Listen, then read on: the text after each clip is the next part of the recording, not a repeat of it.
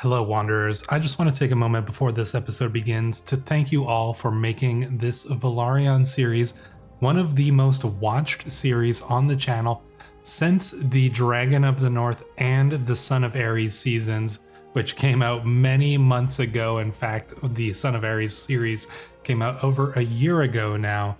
And so the amount of support that you guys have shown for the channel and for this series has really been awesome and has helped me continue to push through even during a very busy time of my life. Now, I do have a small request from you Wanderers, and that is that as this episode airs, we are getting very close to 10,000 subscribers on the channel, which is something I did not think was possible when I started making these videos almost 2 years ago now. And so if you are somebody who has been watching this series from the beginning, if you've been enjoying it up until this point, I would just ask that you take a moment to scroll down, hit the subscribe button, help us build that momentum, because I've got more series in mind. I'm definitely waiting for the dragon update in the Game of Thrones mod. Got big plans for that. I've got plans for other mods and in the base game as well. So there will be no end to the Crusader Kings 3 series in sight. And like I said, thank you all for supporting the channel to this point. It really does keep me going to see all the comments, to see all the likes, and to see all of the support from you guys. So without any further ado, let's get into the episode. Hello Wanderers, welcome back to our Crusader Kings 3 roleplay series following Lord Montfort Velaryon. And in that last episode, we were an arbiter of the king's justice, meting out that justice upon the pirates of the Stepstones and granting our good knight Evitho Seahoof a lordship of the pirate island of Bloodstone, which he will rule alongside our young nephew Lord Lucerys of the Bloodwater branch of the family, but intending to keep the pirates of the Stepstones quelled for now. So hopefully he will do a good job in that. In addition to the pirates, we were also sent to deal with the dastardly Lord Jon of House Faring. Now, Lord Jon is a man who was not only a murderer, but a kinslayer as well, and a philanderer, so disliked by the church and disliked by the crown for the many crimes that he was no doubt responsible for. Beyond that, he was greedy, he was arrogant, and he was paranoid. So we were sent to deliver justice. Rather than face the king's justice like a man, Lord Jon rose up his armies and fought against that. And, well, we had to put him down. Unfortunately, he died before true justice could be meted out. Well, that has caused House Faring to fall far from grace. Now, obviously, Lord Gilbert, the son of Lord Jon, is not responsible for the sins of his father, but to say that there would just be no consequence, well, that would be maybe going a little bit too far. Obviously, House Faring has fallen far in the esteem of the crown, and thus another house rises. House Wendwater now rules, or, has nominal control over Wendwater Forest, with us as the steward to ensure that everything is kept in peace for now. And that is at the direct behest of King Renly and the church. You'll remember that it was the High Septon who essentially helped guide this matter to the conclusion that we have reached here. And so we will do our best to continue to ensure that this region remains true to King Renly. And Renly has seen fit to, give us some element of power and prestige in the realm. We are on his court. We have been sent to deal with, very important matters on the king's behalf. And so, for the most part, we've given King Renly no reason to distrust us. No reason except for one. And that is that we married our daughter to Lord Jon Snow. Now, there were some people in the comments who were suggesting that it didn't necessarily make sense for us to marry our daughter to a bastard from the north as well. Not to mention, she didn't really seem too keen on the idea. You'll remember she asked us not to go through with it, and we did force her to. But I think that there is a good justification for this. And now, I will say, obviously, a big part of the reason that we did this is because it's just a cool Crusader Kings 3 thing to do. Obviously, we want our daughter to marry Jon Snow, one of the main characters of Game of Thrones. But beyond that, and beyond the cool things that it could lead to in other series, I think that there are some really good justifications to this. And sometimes it takes me an episode to think about how this all makes sense. It's tough to do these kind of things on the fly. But I'd like to present to you two reasons why this marriage makes sense and why I feel that it is justified at least enough that we can accept the reasoning behind it. And so I'm going to give you my first justification.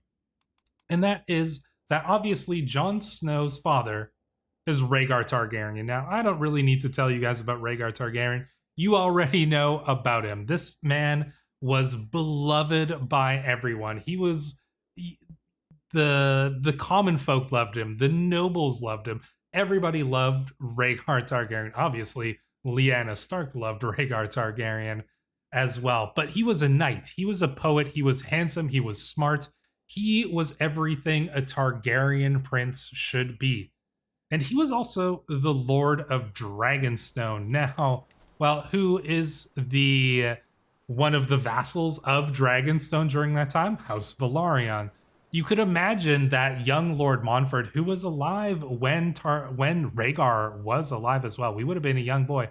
We would have been in the court of Rhaegar Targaryen, perhaps often. Perhaps we would have spent, a lot of time there. It's hardly a stretch to say that somebody like Montfort would have idolized somebody like Rhaegar Targaryen. He would have been our hero growing up. This was a man who, somebody growing up like Lord Montfort in this court with the Targaryens and all that history, and having somebody like Rhaegar be there for him to look up to. Yeah, I don't think it's a stretch to say that Rhaegar Targaryen would have been Lord Montfort's hero. So now finding out that he has a son, the last heir to the Targaryen bloodline, I don't think it's a stretch to imagine that that would have an effect on Lord Montfort, that there would be something there that would still be important to him. Although it has been a long time since the Targaryens ruled, it hasn't been that long. It hasn't been more than, essentially 2 decades. We remember the time of the Targaryens and the prestige that we had during that time. Obviously, we're loyal to Renly, but there is still an inkling of the Valyrian bond between House Velaryon and House Targaryen. So I think that is one factor. And I'd like to bring up another factor. And this one I think is a little bit more, this is an interesting one, but it is something that somebody pointed out in the comments, and I think it makes a lot of sense. And it has to do with Lord Malric. Now, as you will recall, not only was Malric the one who discovered the parentage of King Merrick and essentially spurred the War of the Bastard King, which is, a pretty important story beat in itself for Lord Malric here. But he also has dragon dreams. And I'd like to think that perhaps Malric was the one who convinced us to marry our daughter to Jon Snow. And perhaps he saw something in his dragon dreams that caused him to believe that this marriage was necessary. Is the prince that was promised going to come out of the lineage, out of the one between our daughter and Prince Jon? Who knows? I mean, that might be something that Malric was putting in our head. And I think factoring in those two things together, I think we have at least enough justification here to feel like it's a believable thing that we would have arranged this and made sure that it went through. Who knows? Somebody like Lord Montfort here, who grew up in that culture, I think he would still hold true to some of these things, dragon dreams and the bond between Velaryons and Targaryens. Not enough to betray Renly, but enough to marry his daughter to a bastard. Not, but, as I said, Jon Snow is not just a bastard. He is the bastard who is the son of Rhaegar and the last of the Targaryen lineage. I think that puts it a little bit above, your common, noble bastard here. So I think that that's a reasonable justification. Some of you might not, but I just wanted to go over my thought process and why I think that it makes sense beyond just it's a cool thing to do. Sometimes the rule of cool counts in Crusader Kings 3 roleplay series as well. So, in any case, we are going to get time rolling. Our wife is pregnant, and she is 9 months pregnant. I have a feeling once we start time rolling, we're going to find out whether we have a son or a daughter, and that's going to determine something pretty important as well. Because if we have a son, obviously we will have our new heir. But if we have a daughter, we're definitely going to have to consider what we're going to do from there because we do not have a male heir. So let's get the time rolling here and see what the luck of the draw has in store for us. And we do have a son who is actually beautiful. Wow, okay, all right, I'll take that. That is, question of succession. Interesting. Looks like we've got something popping up here. Our daughter's, is she causing a little bit of trouble? Hard to say. We are going to be naming our son Corlys. I think that this is obviously the most fitting name for him. Corlys Velaryon, of course, was a prestigious and esteemed member of House Velaryon, and so we are obviously going to be going with that name. But what do we have here? A question of succession. The realm is held together by tradition and trust, the shared tradition of our peoples and the trust that those peoples and my leal vassals place in me. With the joyous birth of Corlys, a rightful heir by all tradition, I've arrived at a crossroads for the realm's succession. Lady Daenerys, my daughter, has long stood in my line as my heir, and the trust in my judgment soothed the realm's reservations about her. She is a fit ruler. Any odd lord could tell me that. She would doubtless lead the realm into greater prosperity. But with so much at stake, would Haegon be the better heir? Ooh. Yeah, this is, putting me in a difficult position here, but I think the position isn't that difficult purely because of the fact that we know our daughter is married to Jon Snow, and he is a lord in his own right, despite being a bastard. And we have been waiting for a male heir that we could raise on our own. Our daughter, she is a good woman.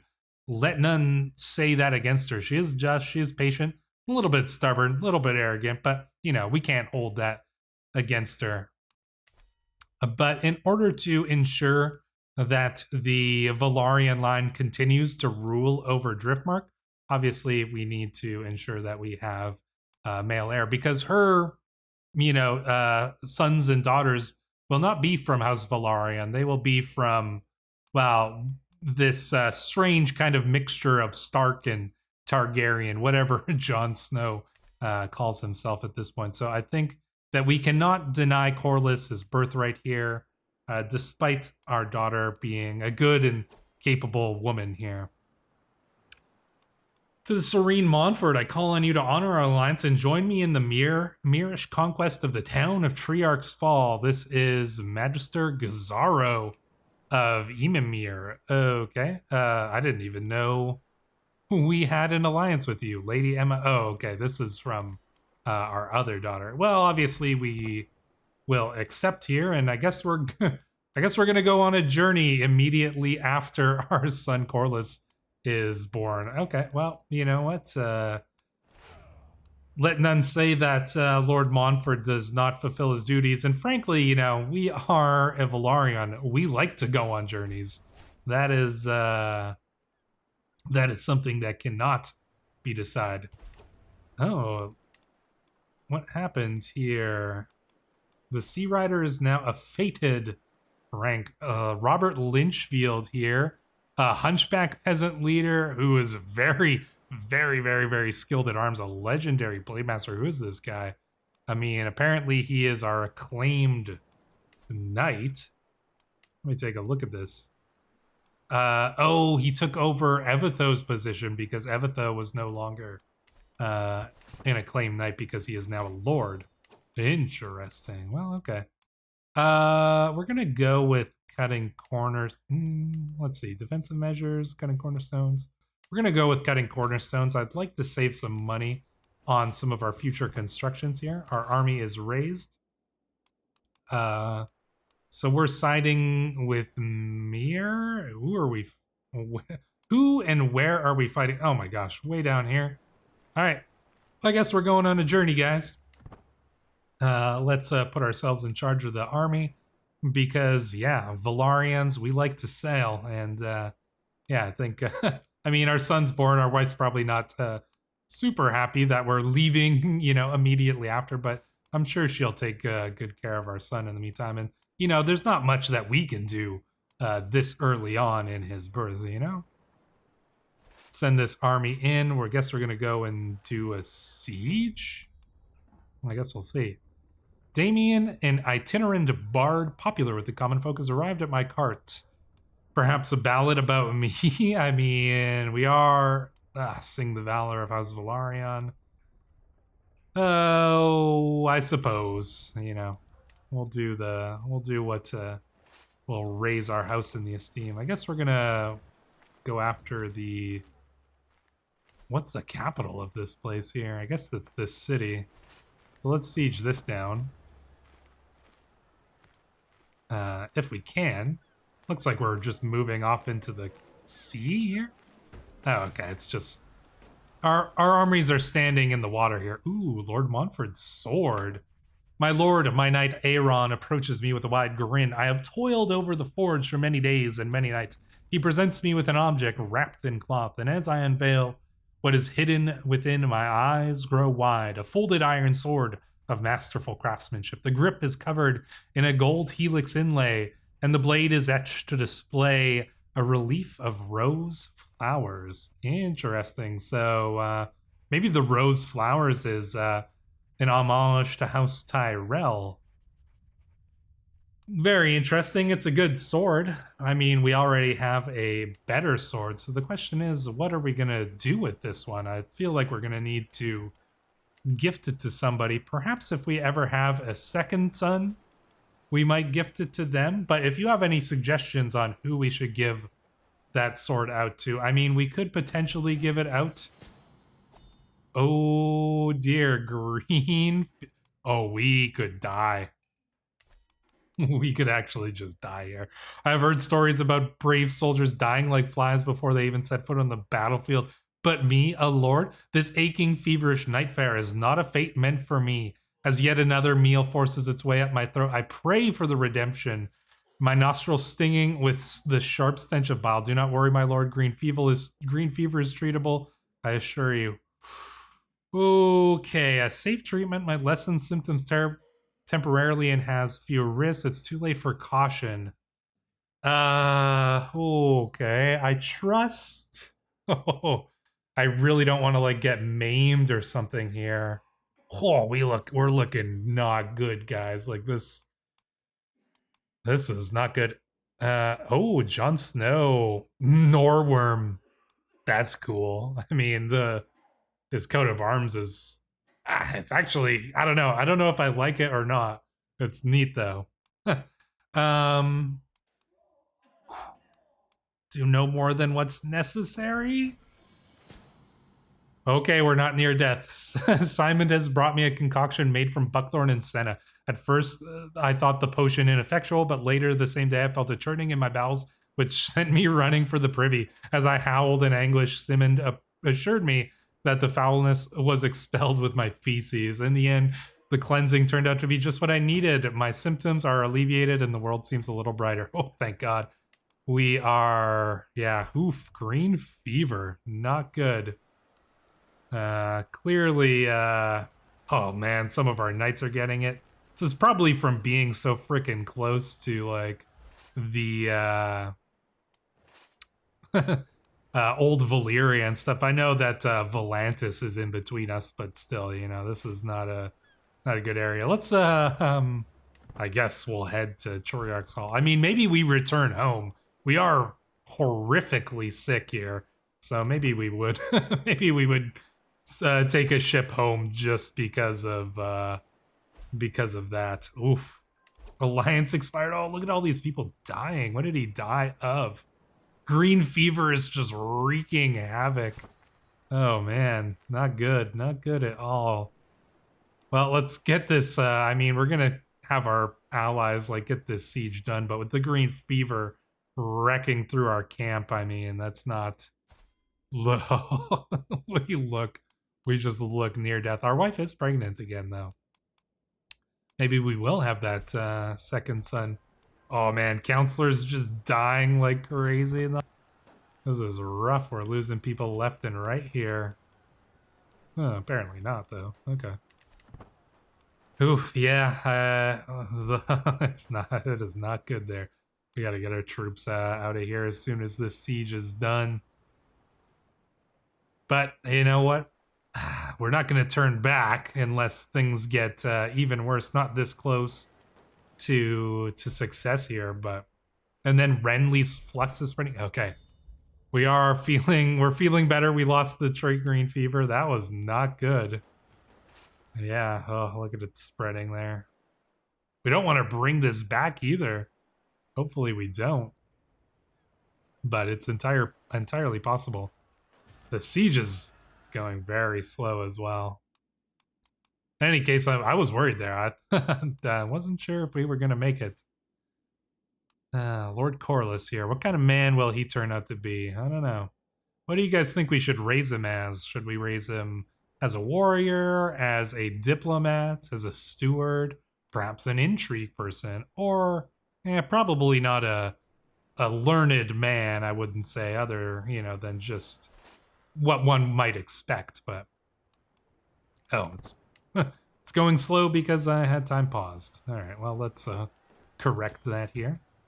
What do we have? An event? My uncle-in-law, Lord Ardrian, has excelled during our recent battles, and my court is buzzing with excitement.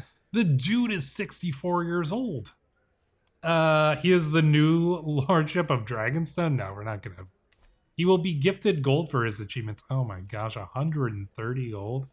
Hey, I will speak well of him. Oh, I mean, he is our uncle-in-law. He was the father of our first wife. He is the, the grandfather of our daughters. And honestly, he did fight for us very well. You know what? We're going to give him a good reward. And now he's our friend. So that's, clearly he was happy with the reward that we gave him there. Let's get this siege done. I got to remember to get time rolling here. Oh, we're losing people here, guys. This is not good. We got to get the hell out of these lands before we lose that more. But the siege is nearly done. Surely we can hold out long enough to finish them off. Surely. Oh my gosh. Okay. We're going to let our allies deal with the rest of that. I mean, we siege down 2 places for them. I think it's only fair that we return our army back. They can deal with the rest, and hopefully we don't bring this green fever back to our own lands. We can get a cattle herd here. We could get a nice profit. Let's see, cattle herd for 15 years. I think that might give us a nice bonus. Development growth isn't that useful in this mod. We could potentially get a large cattle herd. Development growth 20%. Honestly, I think the money's just going to be better off for us. All right, let's get our army out of here because this is not good. Yeah, I mean, our allies can't say that we didn't help. We helped them with the siege. We got 2 sieges done for them. I think that we did good work there. Salutations, my fine acquaintance. Would you care for a rousing game of chess? Who the hell are you? Lord Harith Hardy. Sure, why not? Chess is like war, it's all a matter of logistics. Or, perhaps, I know the rules of chess like the back of my hand. But no, my martial mind makes me unbeatable. Surely it makes me unbeatable, does it not? With a smug smile, I place my final piece on the board. An excellent match, I say. Bow before me, you bastard. Oh, I mean, that's pretty funny. I mean, we're not rude or anything like that, are we? Impatient, arrogant. I don't know if we would say. You know what? Actually, you know what? I'm gonna go with it. Perhaps it's just like a momentary outburst from us. You know, have you ever like won something in like a game against your friends and you're just like, yeah, suck it. That's basically what we did there. So, anyways, our army's probably bringing a horrific disease back here, which is unfortunate, but there's not much we can do about that. And here we have Lady Genera. Oh, and she's quick and beautiful. Wow. Lady Marjorie has been providing us with some very good children here. Oh, a name, though. What was our mother's name? Isabella? That's not a bad name. We'll go with Isabella. I don't mind that. Name her after our mother. Actually, yeah, I mean, we've already got Olenna, so yeah, no, I think Sabella. That's fine. We'll name her after our mother. All right, our army's back. We're gonna disband them here. It's gonna take them a little while to return home, but that's perfectly fine. Let's get time rolling once more. Greetings, my liege. I have arrived in Castle Driftmark to pay homage to you, a glorious lord, as a show of my loyalty. Who are you? You are Lord Merrill of Longbar, House Bullock. Show him in at once. I wait patiently on my throne for the arrival of Lord Merrill. He kneels in deference. He has practiced the vows in Valyrian. He mispronounces several sections, humorously changing their meaning and leaving my courtiers stifling titters. Do you have any idea what you said? He gains the nickname The Foreigner. That's kind of funny. Good effort. We are forgiving. So I'm going to go. I think we'll forgive him for this minor slight. He made a good effort.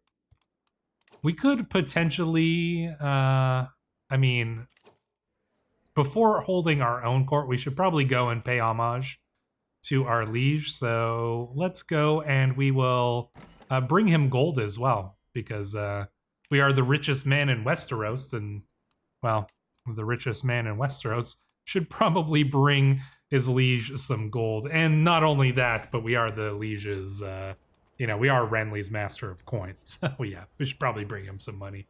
Let's head over there and see what happens. We might stop by some places on the way back, but I'm not really sure if there's anywhere that we would need to.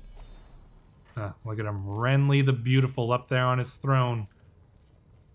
We are ushered into the Great Hall of King's Landing. We kneel at the feet of King Renly, pledge homage. My attendants then follow, presenting my rich gifts to the king before the assembled court. Renly bids me to arise and confirms his satisfaction along with the rights to the lands I rule in his stead. And, oh, his wife had another daughter, but still no son. Interesting. That is the price of fealty. So we have given him some money, and I mean, I think that seems pretty reasonable there, I would say.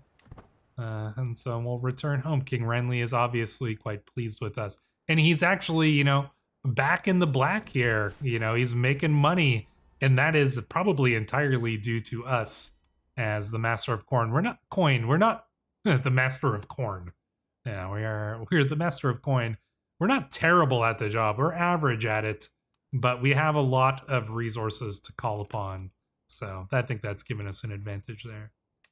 There we go. We have returned home once more.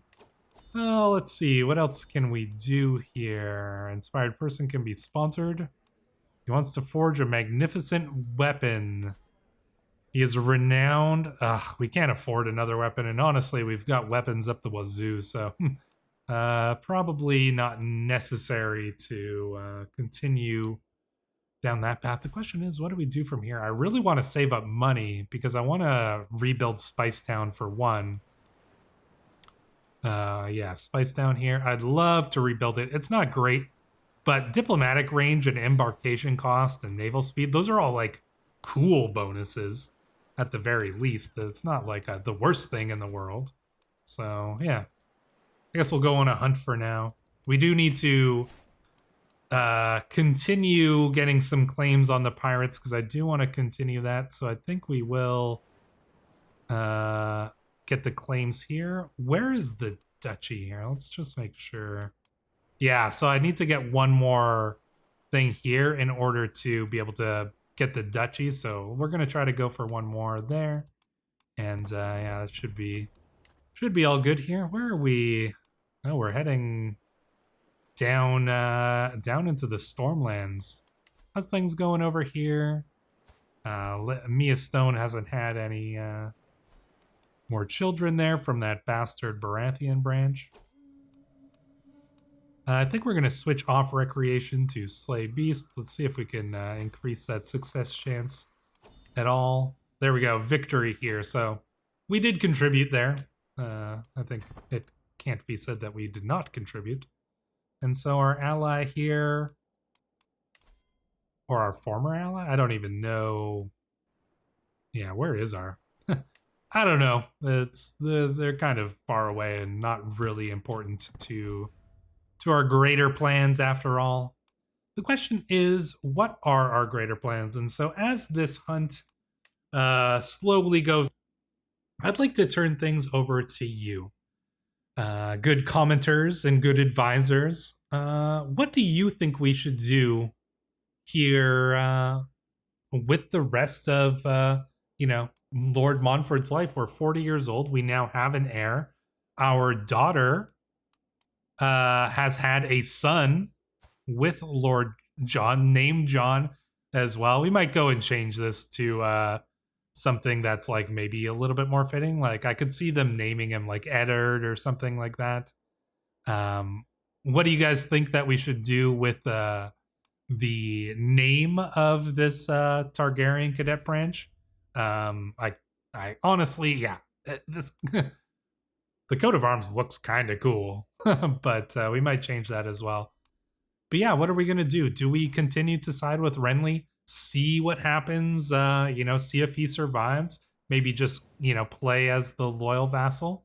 Or, do we wait for an opportunity to put Jon or our grandson on the throne?